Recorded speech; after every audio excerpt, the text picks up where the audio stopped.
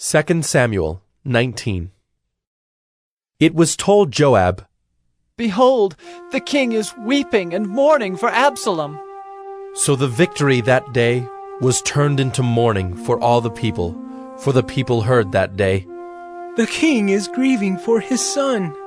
And the people stole into the city that day, as people steal in who are ashamed when they flee in battle. The king covered his face, and the king cried with a loud voice, "Oh, my son Absalom! Oh, Absalom! My son! My son!" Then Joab came into the house to the king and said, "You have today covered with shame the faces of all your servants, who have this day saved your life and the lives of your sons and your daughters and the lives of your wives and your concubines, because you love those who hate you and hate those who love you. For you have made it clear today that commanders and servants are nothing to you. For today I know that if Absalom were alive and all of us were dead today, then you would be pleased. Now therefore arise, go out and speak kindly to your servants, for I swear by the Lord, if you do not go, not a man will stay with you this night, and this will be worse for you than all the evil that has come upon you from your youth until now." Then the king arose and took his seat in the gate, and the people were all told, "Behold, the king is sitting in the gate." and all the people came before the king.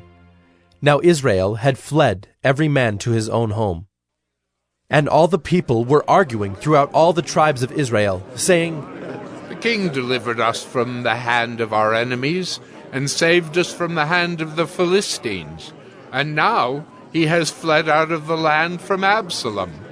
But Absalom, whom we anointed over us, is dead in battle. Now, therefore, why do you say nothing about bringing the king back?" And King David sent this message to Zadok and Abiathar the priests. "Say to the elders of Judah, why should you be the last to bring the king back to his house, when the word of all Israel has come to the king? You are my brothers, you are my bone and my flesh. Why then should you be the last to bring back the king? And say to Amasa, are you not my bone and my flesh?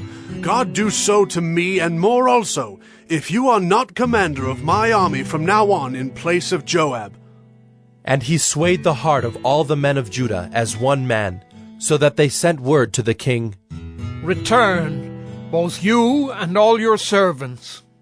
So the king came back to the Jordan, and Judah came to Gilgal to meet the king and to bring the king over the Jordan. And Shimei, the son of Gera the Benjaminite from Bahurim, hurried to come down with the men of Judah to meet King David. And with him were 1,000 men from Benjamin. And Ziba the servant of the house of Saul, with his 15 sons and his 20 servants, rushed down to the Jordan before the king, and they crossed the ford to bring over the king's household and to do his pleasure.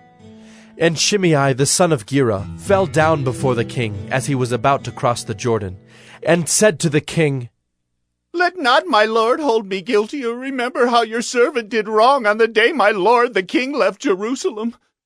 Do not let the king take it to heart, for your servant knows that I have sinned. Therefore, behold, I have come this day, the first of all the house of Joseph, to come down to meet my lord the king."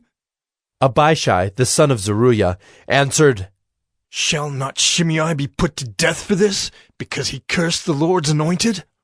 But David said, "What have I to do with you, you sons of Zeruiah, that you should this day be as an adversary to me? Shall anyone be put to death in Israel this day? For do I not know that I am this day king over Israel?" And the king said to Shimei, "You shall not die." And the king gave him his oath. And Mephibosheth, the son of Saul, came down to meet the king. He had neither taken care of his feet, nor trimmed his beard, nor washed his clothes from the day the king departed until the day he came back in safety. And when he came to Jerusalem to meet the king said to him, "Why did you not go with me, Mephibosheth?" He answered, "My lord, O king, my servant deceived me. For your servant said to him, I will saddle a donkey for myself, that I may ride on it and go with the king. For your servant is lame. He has slandered your servant to my lord the king. But my lord the king is like the angel of God. Do, therefore, what seems good to you.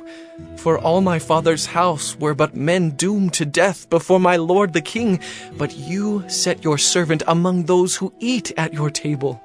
What further right have I than to cry to the king?"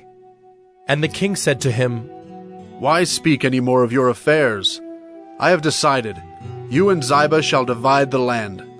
And Mephibosheth said to the king, "Oh, let him take it all, since my lord the king has come safely home." Now Barzillai the Gileadite had come down from Rogelim, and he went on with the king to the Jordan to escort him over the Jordan. Barzillai was a very aged man, 80 years old. He had provided the king with food while he stayed at Mahanaim, for he was a very wealthy man. And the king said to Barzillai, Come over with me, and I will provide for you with me in Jerusalem. But Barzillai said to the king, How many years have I still to live, that I should go up with the king to Jerusalem?